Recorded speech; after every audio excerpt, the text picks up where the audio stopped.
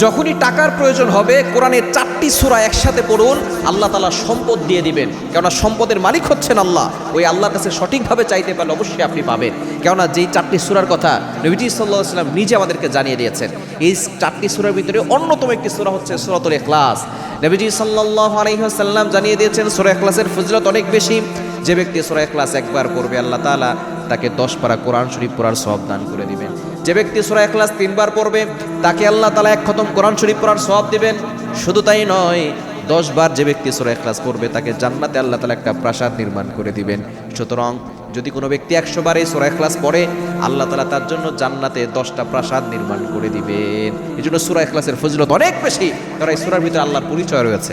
আপনি 4টি সূরা একসাথে পড়বেন, যখনই দেখবেন আপনি বিপদে পড়েছেন, আপনি অভাবের ভিতরে পড়ে গেছেন, কষ্টে পড়ে গেছেন, এবং নবী সাল্লাল্লাহু আলাইহি ওয়াসাল্লামের হাদিস দ্বারা জানা যায় যেই ঘরের ভিতরে সূরা ইখলাস পড়া হয় ওই ঘরের ভিতর থেকে আল্লাহ তাআলা অভাব দূর করে দেন। আপনি যখন বিপদে পড়বেন ওযু করবেন, ওযু করে আপনি 2 রাকাত নামাজ পড়বেন। কারণ আল্লাহ তাআলা বলছেন ইয়া আইয়ুহাল্লাযীনা আমানু ইসতাঈনু বিস-সাবরি ওয়াস-সালাহ, তোমরা ধৈর্যের মাধ্যমে সালাতের মাধ্যমে আল্লাহর কাছে সাহায্য চাও। আপনি অবশ্যই 2 রাকাত নামাজ পড়ে এরপর আপনি প্রথমে 3 বার দুরূদ শরীফ পড়বেন। এরপরে 4টা সূরা, প্রথম হচ্ছে সূরা কাফিরুন, কুল ইয়া আইয়ুহাল কাফিরুন, এই সূরাটা পড়বেন। এরপরে সূরা ইখলাস, কুল হুয়াল্লাহু আহাদ। এরপরে সূরা ফালাক, কুল আউযু বিরাব্বিল ফালাক।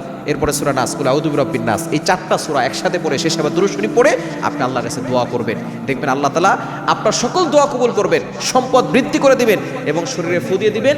আপনার শরীরে কেউ বদনজর কুনজর দিয়ে আপনাকে ক্ষতি করতে পারবে না ইনশাআল্লাহ।